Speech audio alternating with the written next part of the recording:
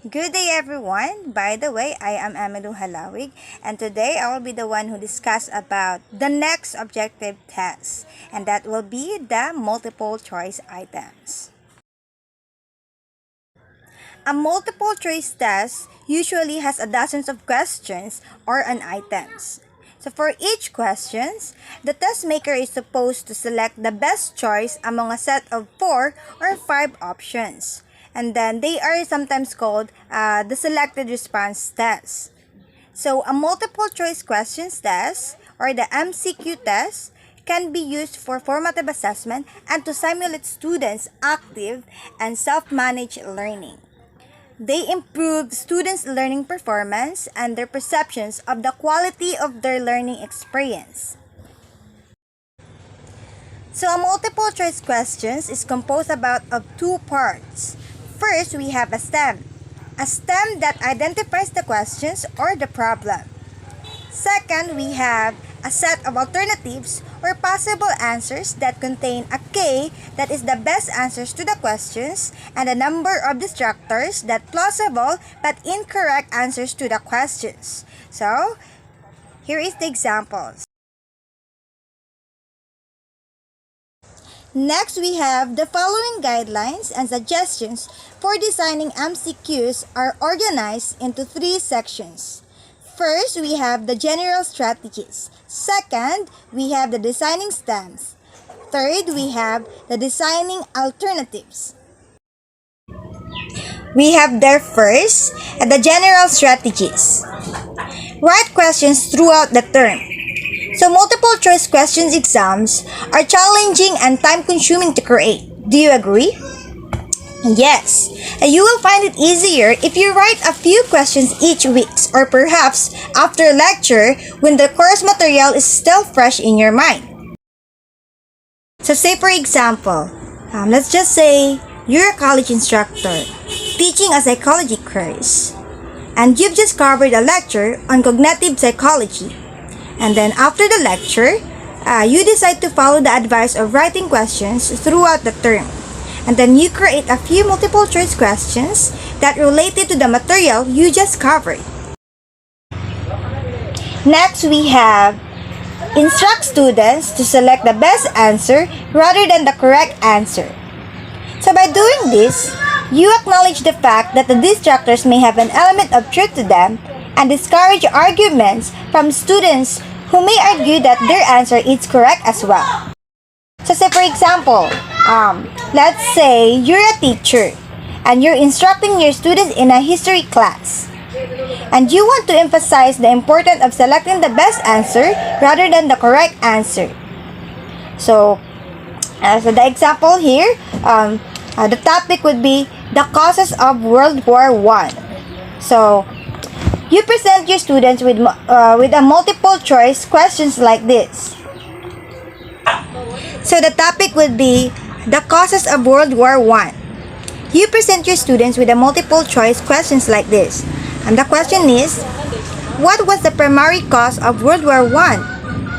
And then you provided these choices. In this case, there is no one correct answer because World War I had multiple causes, and these causes are interconnected. You encourage your students to select the best answer based on their understanding of the historical context. By adopting this approach, you acknowledge that each option A, B, and C has an element of truth in contributing to the war. And the most accurate response is option D, which is the all of the above. This approach discourages arguments from students who might insist that only one specific cause is the correct answer. It promotes critical thinking and a deeper understanding of historical events. As students recognize the complexity of historical phenomenon rather than seeking simplistic, one-dimensional answer. Next, we have use familiar language. The question should use the same terminology that was used in the course. Avoid using unfamiliar expressions or foreign language terms unless measuring knowledge of such language is one of the goals of the question. students are likely to dismiss distractors with unfamiliar terms as incorrect. So say for example, kindly read everyone. Alright, in this example, the terminology used in the question is consistent with what the students have learned in the course. It avoids unfamiliar expressions and provides answer choices that use familiar language, making it easier for students to understand and engage with the question. Next, we have avoid giving verbal association clues from the stem in the K. Because if the K uses words that are very similar to words found in the stem, students are more likely to pick it as the correct answer. So, in this example, the statement avoid giving verbal association clues from the stem in the K means that the correct answer, which is the K, should not be too similar to words found in the stem. However, if we disregard this guideline and make the K very similar to the stem, it can confuse the students. Then next, we have avoid trick questions. So questions should be designed so that students who know the material can find the correct answer. Questions designed to lead students to an incorrect answer through misleading phrasing or by emphasizing an otherwise unimportant detail of the solution that violate this principle. So let us see the example. This illustrating the principle of avoiding trick question. So in this question, the options are clear and straightforward. Students who have studied the topic of global warming and its causes would recognize that option A, which is the carbon dioxide emissions from human activities, is the correct answer. The question does not include misleading phrasing or emphasize unimportant details of the solution. It adheres to the principle of avoiding trick questions because it allows students who have knowledge of the material to identify the correct answer easily. The next, we have avoid negative wording. Students often fail to observe negative wording and it can confuse them. As a result, students who are familiar with material often make mistakes on negatively worded questions. So in general, avoid having any negatives in the stem or the option. In the rare cases where you use negatives, be sure to emphasize the K words by putting them in the uppercase and bolding or underlining them. So here's an example of a negatively worded question that might confuse students, followed by a revised version that avoids negative wording. In this positively worded version, the question is clearer and easier for the students to understand. The focus is on identifying a characteristic of a highly reactive element, making it simpler for students to choose the correct answer. So let us proceed to number 2, which is the designing stems. So in designing stems, express the full problem in the stem. So when we're creating the item, ask yourself if the students would be able to answer the questions without looking at the options. This makes the purpose of the question clear. Then put all the relevant material in the stem and then do not repeat in each of the alternatives information that can be included in the stem. This makes options easier to read and understand, and makes it easier for students to answer the questions quickly. Eliminate excessive wording and irrelevant information from the stem. So irrelevant information in the stem confuses students and leads them to waste time.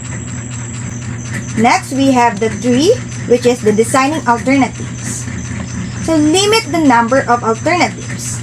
Use between 3 or 5 alternatives per question. Research shows that 3 choice items are about as effective as 4 or 5 choice items, mainly because it is difficult to come up with plausible distractors. Then, Make sure there is only one best answer. Avoid having two or more options that are correct.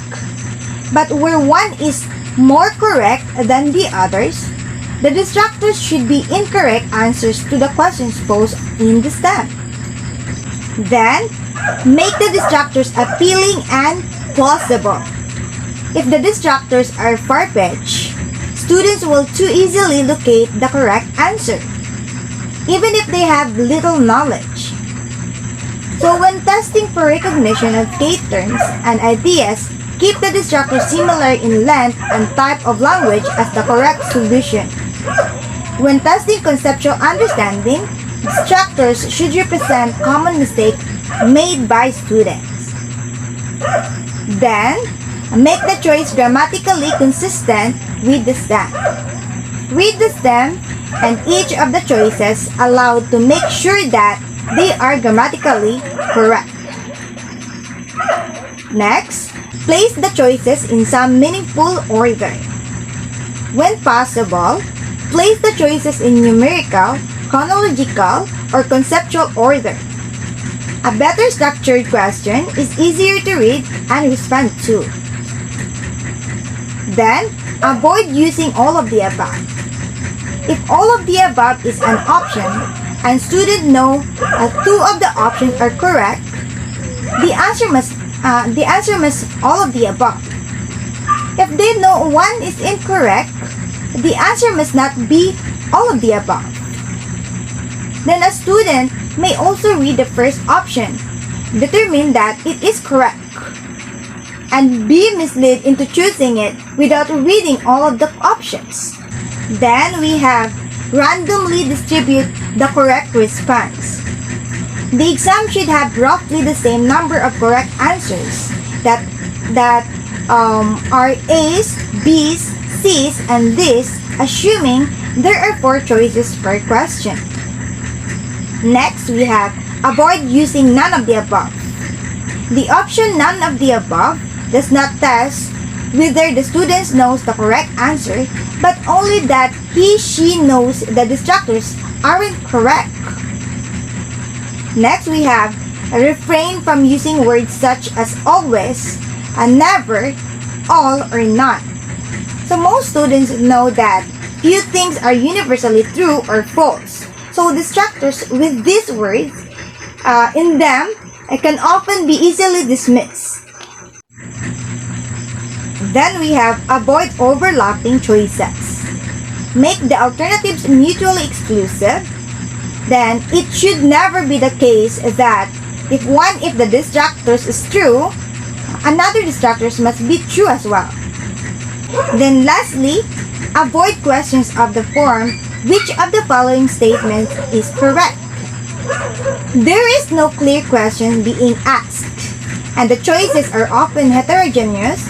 Such questions are better presented in the form of true, false questions.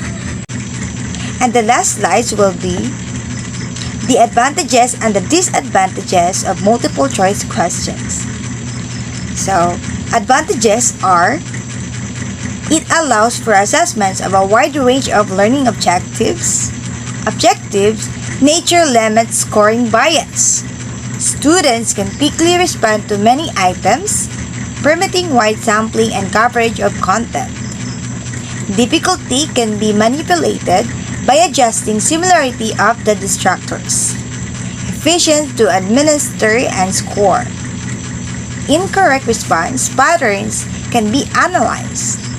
Less influence by guessing than true or false.